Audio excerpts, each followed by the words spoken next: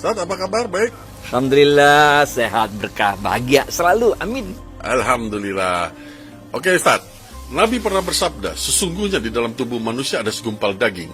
Apabila segumpal daging itu baik, maka semua anggota tubuh akan baik. Apabila dia buruk, maka semua anggota tubuh akan menjadi buruk pula. Segumpal daging itu adalah hati atau jantung.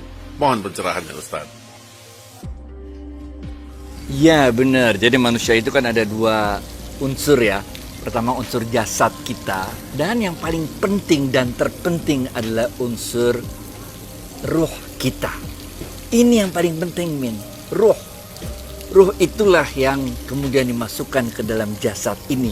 Jadi jasad ini ditumpangi oleh ruh. Ruh ini yang paling penting karena ruh inilah yang berasal dari sumber yang sama, yaitu ruhnya Allah. Setiap kali kita buat satu dosa, maka muncullah noktah hitam di dalam hati kita. Mengapa bisa muncul noktah hitam dalam hati kita? Karena jasad kita quote unquote merasa menyesal dengan perbuatan dosa yang kita lakukan. Kita buat dosa lagi, noktah lagi, noktah lagi, noktah lagi. Lama-lama hati kita itu jadi hitam, jadi keras. Ron kalau istilah dalam Qur'annya. Nah, ketika hati itu telah demikian kerasnya, kita ketika melakukan dosa udah nggak merasa melakukan dosa lagi. Nah ini.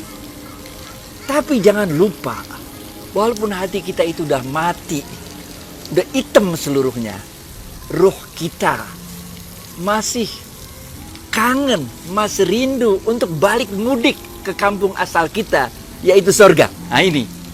Itu sebabnya penjahat yang paling jahat sekalipun, ketika mereka kemudian jasadnya ini udah mati, hatinya udah mati, tapi ruhnya menjerit, ingin kembali ke jalan yang benar. Bahkan penjahat yang paling jahat sekalipun, Fir'aun sekalipun, ketika malaikat maut narik jiwanya, ruhnya. Jadi ruh itu kan ditarik dari ubun-ubun nih. Dia kan mulai dari kaki itu naik. Ketika ruhnya udah sampai leher, Fir'aun yang paling jahat sejahat-jahatnya mengatakan, aku beriman kepadamu Allah. Tidak ada Tuhan selain Tuhannya kaum Bani Israel. Itu Fir'aun, men. Jadi ketika malaikat maut udah narik ruhnya, udah sampai sini, malaikat maut jadi bingung. Karena menurut SK, ini registrasinya calon penghuni itu neraka, bener gak? Sampai sini dia bilang beriman kepada Tuhan, tidak ada Tuhan selain Tuhannya Nabi Israel, benar gak? Ketika malaikat maut lagi bingung, ini bagaimana ini registrasinya neraka nih, kok bagaimana? Itu Jibril langsung turun. Diambil tanah dalam kisah. Kalau dibaca di hadisnya riwayat Tirmizi, diambil tanah dari dasar Laut Merah itu, kemudian disumpalkan ke mulutnya Fir'aun. Supaya apa? Nah itu malaikat maut nanya, Bril, kenapa Bril? Kata gitu.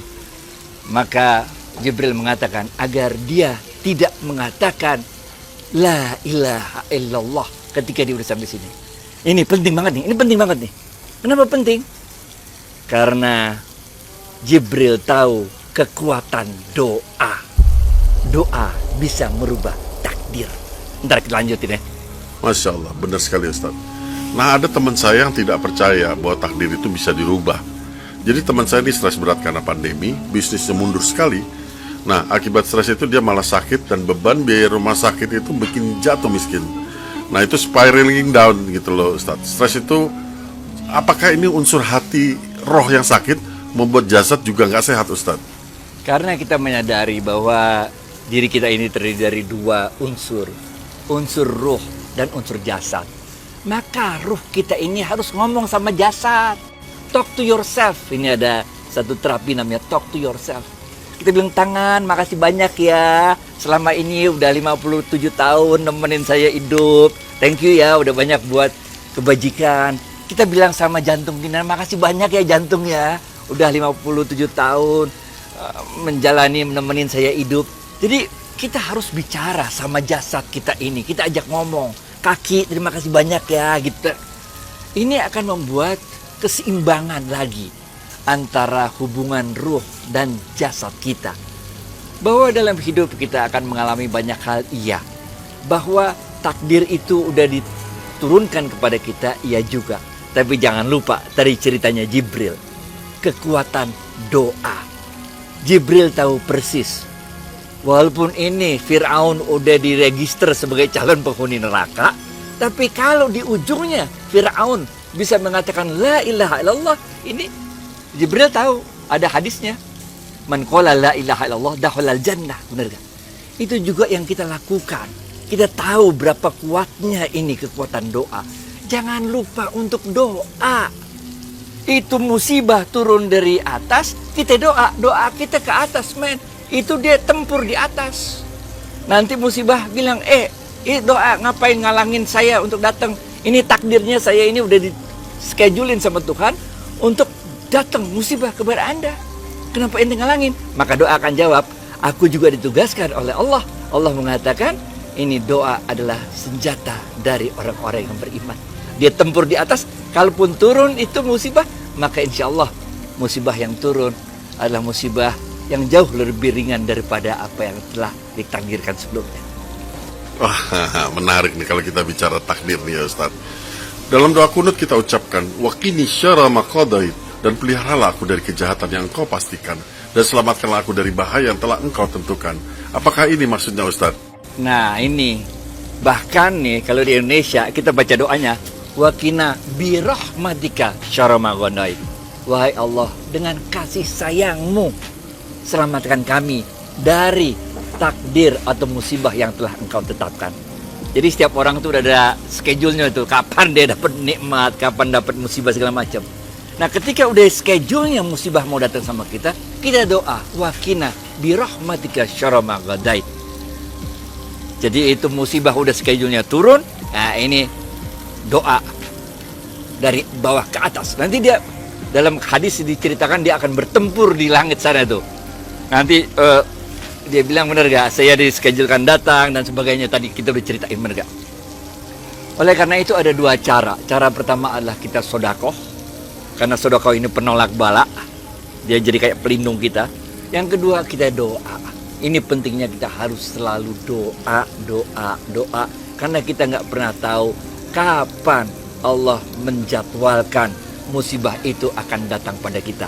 Kalau kita udah doakan tadi, waqina birahmatika syarra ma qadait, kita minta akan kepada Allah, kalaupun itu memang sudah schedule-nya datang kepada kita musibahnya, kita doa sama Allah, kita dilindungi dari musibah tersebut. Insyaallah, insyaallah. Ingat-ingat, Allah mengingatkan kepada kita, ud'uni astajib lakum. Berdoalah kepada aku, kata Allah, akan aku kabulkan. Nah, doa ini bisa merubah takdir. Ketika Allah telah menentukan kita ditakdirkan dapat musibah, tapi karena doa kita, insya Allah musibah tersebut akan dirubah oleh Allah dengan takdir lain yang lebih baik buat kita. Ud'uni astajib lakum. Jangan lupa selalu doa. Thank you. Terima kasih Ustaz. Thank you. Semoga kita bisa ketemu lagi di lain waktu. Amin, Insya Allah. Wassalamualaikum warahmatullahi wabarakatuh.